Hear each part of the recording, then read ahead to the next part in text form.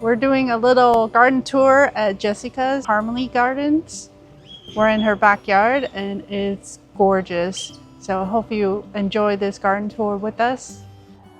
Christmas in 2015, my father bought me a raised bed kit, and I had tried gardening previously and it just didn't work out for me in this particular yard. It was all desert landscaping. Anytime I put a plant in or a tree, it just didn't thrive.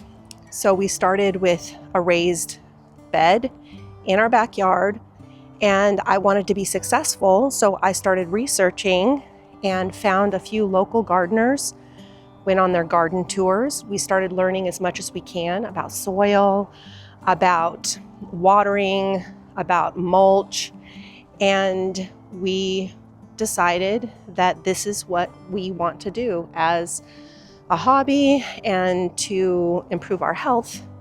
So we went all in and we decided to do a food forest type yard, and we just started randomly planting trees, which we realized wasn't the greatest idea because now we have a lot of shade that we're dealing with, but aesthetically it's beautiful and I'm okay with that. Our name is Harmony Gardens, and behind that is me, Jessica, and Ed, and he's kind of the muscle and I'm the creative side, and together we have this garden that has grown over the past years, and it is our sanctuary. It is a place of peace, and it is something that friends and family enjoy. And the name Harmony came from a beloved dog that we had, and her name was Harmony, and she was the inspiration for our name. Here at Harmony Gardens, you never know what you're going to see. Look down, look up, and you might find something tiny and cute. Right now, you're looking at the front of Harmony Gardens. We have a layering starting with the tallest at the top is the Royal Poinciana trees with grapevines growing through the branches. We also have a very large Chico Sapote tree that you can see on the right. Beneath that, we have two more Chico Sapote trees, and you can see our mango trees peeking through at the bottom. They do live under the canopy of the Royal Poincianas, so they are kind of leggy. They're growing up towards the light, but they still produce. We also have two Pakistan mulberry trees that provide ample amounts of shade, a little bit too much shade, but it also creates a beautiful canopy and a wonderful look and delicious fruit.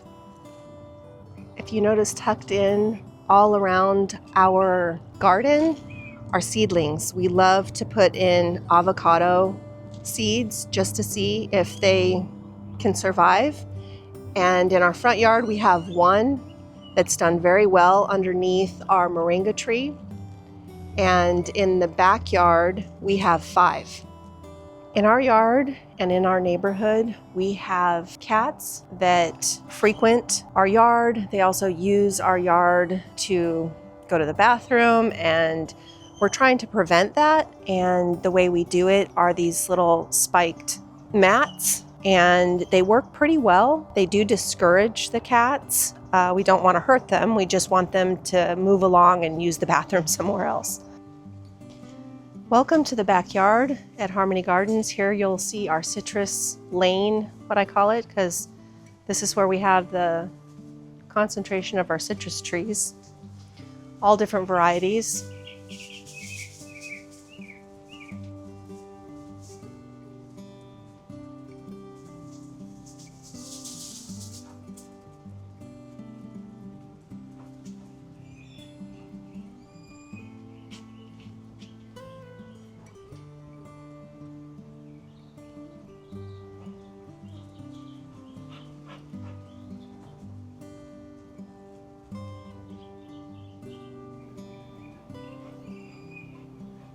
Oh, Yeah, that is, I do get a few variegated branches on there.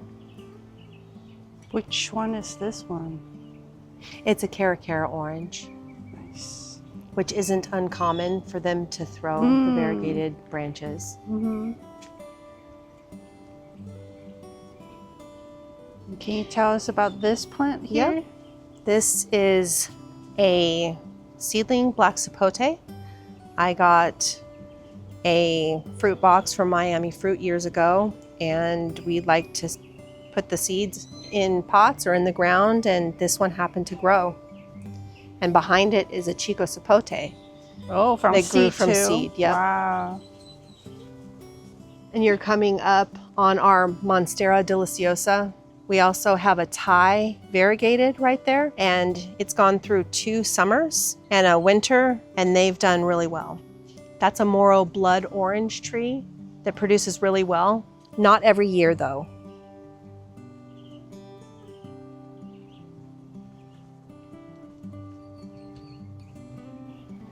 How far apart do you remember that you plant them? Only a few feet, and they're right next to a wall, which are those are all the things that they say not to do. Yeah, But but they are happy and they're Yeah. producing. yep. Look at all that fruit. And look at this amazing. Those are Oro Blanco.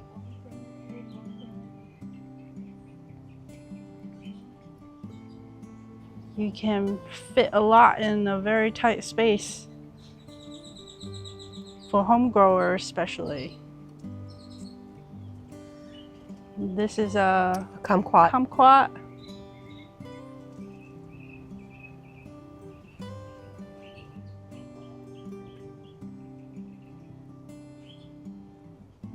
You have new trees added. Yes. We unfortunately lost our favorite Meyer lemon tree that we had had for more than 16 years. So we replaced it with another one, and then we planted a New Zealand lemon tree right next to it.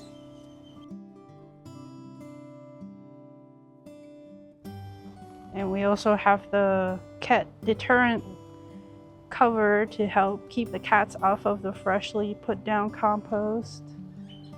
And can you also share with us the planting method, your compost? Do you plant them slightly higher? Yes, we than plant grade? them above grade. That was one of the problems we had with our lemon tree from years ago. If you can see over here, it's happening also to our Mexican lime tree. It's sinking. I have to dig out my trees. So expose the roof flare. yes. So the ones that were planted years ago, we have problems with sinking, and that's a big issue here. But it's still quite forgiving because it's just loaded with fruit. Yes, It's still hundreds quite and happy. hundreds. And this thing grows. I have to cut it back about 1/3 twice a year. Wow. As soon as all of this fruit is gone, I will trim back a lot of branches. Wow. That's amazing. But even with the sinking, as long as you are able to clear enough to expose the roof flare, it should be okay, even in a sunken kind of Right. situation. Several times a year, I have to go and pull back all the mulch and the leaves.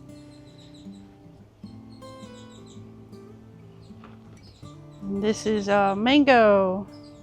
Yes, it's not very happy. Yeah. Yeah, this is, it gets way too much shade, especially it was right in between our old Meyer lemon tree, and we're not sure if we should relocate it, but yeah, it's not very happy. Oh, what we have here. These look super lush and tropical. This is the root beer plant, Root beer plant. and this was planted, I think it's been back here at least 5 years. It was planted and it grew and it spread.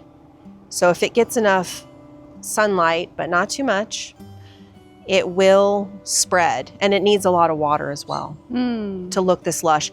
In the summer, it will burn, so it doesn't look the greatest, and in the middle of winter, it will also have cold damage. But in the spring and fall, it looks beautiful. So this time of the year, they're really happy. In the Yes. spring, after the freezing temps, they'll come back and super lush again. Yes. And is this their flower? Yes, that's the flower. Look at how striking this is. Just gorgeous. And if you crush the leaves, it smells like a mixture. Well, they say root beer, but it's got clove to it. Ooh, it has Yeah. maybe I definitely ginger. smell the clove. Uh-huh. Oh my goodness. And then it has a slight peppery smell.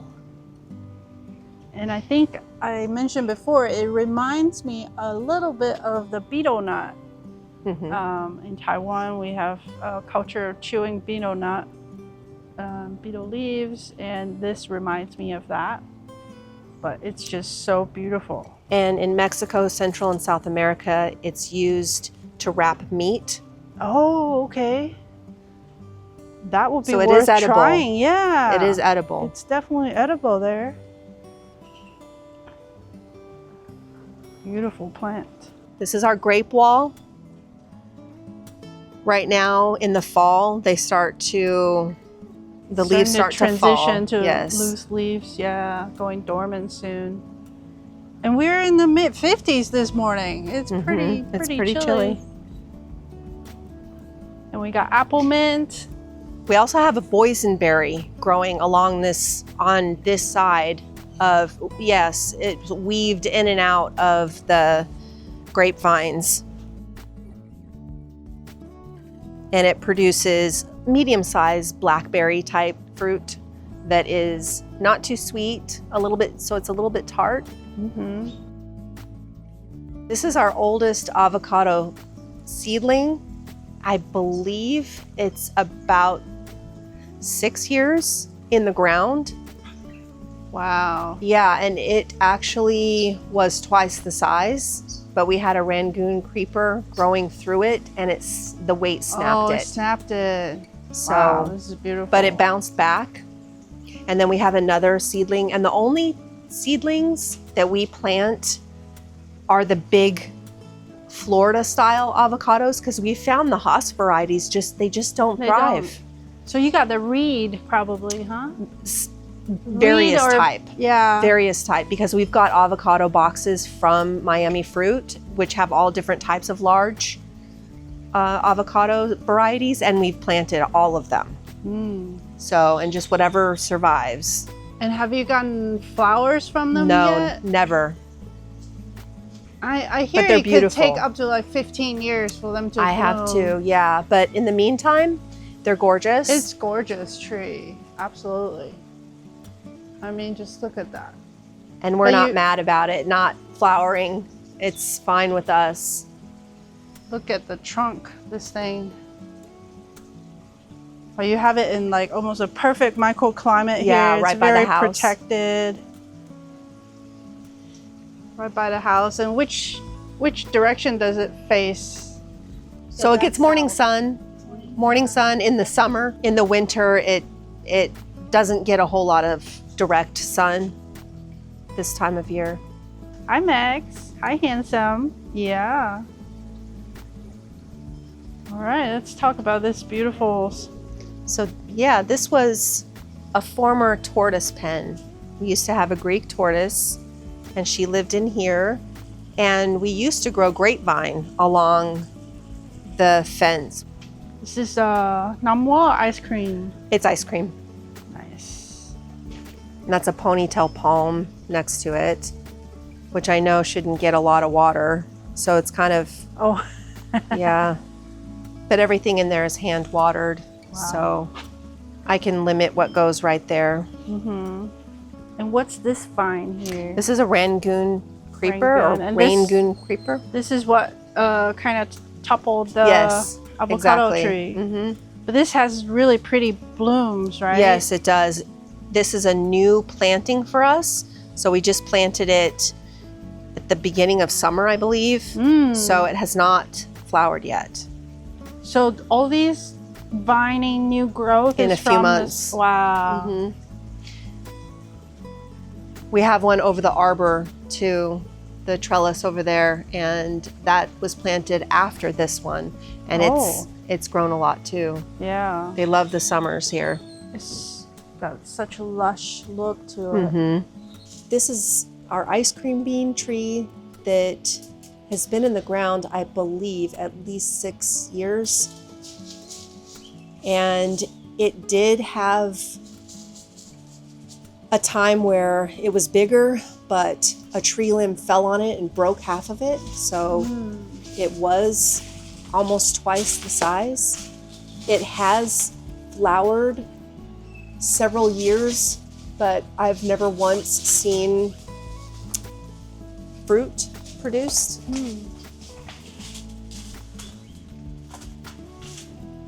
Yeah, it's become such a beautiful shade tree too. Yeah, it's a beautiful shade tree. It's happy between these two Australian bottle trees. Yeah, it loves this area. So when it was younger, do you have any winter issues with the ice cream bean? No, it's such a protected area right next to the block wall and in between the houses. We never had to cover it. And when we first planted it, it was maybe 3 feet. So it was not very big. Just want to show a close-up of the trunk here. It's massive. There's very few specimens, I believe, in the city with this size.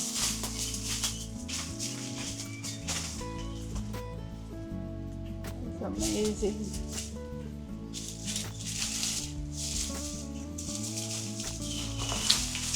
Does your dragon fruit here, does it ever produce, No, like, it is it never too much has. shade? I think it's too much shade or it gets too much water. I don't know. So the one back there on that's climbing the pomegranate looks good. It does. It looks good. Hopefully we get something to fruit. But we have them growing all over the yard, and I've never seen a flower. So. And this one is That's the black sapote. black sapote. This is also quite a nice size plant. Look at the trunk. Another really beautiful understory, but what I've heard is it does need a little more sun to produce. Yeah, I'm not sure if it'll ever get that sun in this area. We also have a star fruit tree that's supposed to do really well here, and it does not get enough sun. It's always kind of a hard balance to strike because we're trying to provide shade to get them to survive and to thrive in the beginning, and then they eventually will need some sun to start producing. Absolutely. When we first started Harmony Gardens, we had a desert landscaping. This was all rock back here, actually front and back. It was all rock. We had to slowly pull it away and get rid of it. And then we would bring in truckloads of mulch, and we would bring it back here ourselves and scatter it all over the yard. And over the years, many years, it's created a wonderful environment for all the trees and all the plants that we have here. In this area, we had lots of different mint varieties planted, which have taken over this area. They always say not to do it, but it's wonderful, it's beautiful. The smell is incredible when you step on it, and we're happy with that. I also wanted to add more pollinator plants, so we got a mist flower from Boyce Thompson Arboretum, and they're extremely easy to propagate. You just stick them in the ground, and we've spread them throughout the yard that way.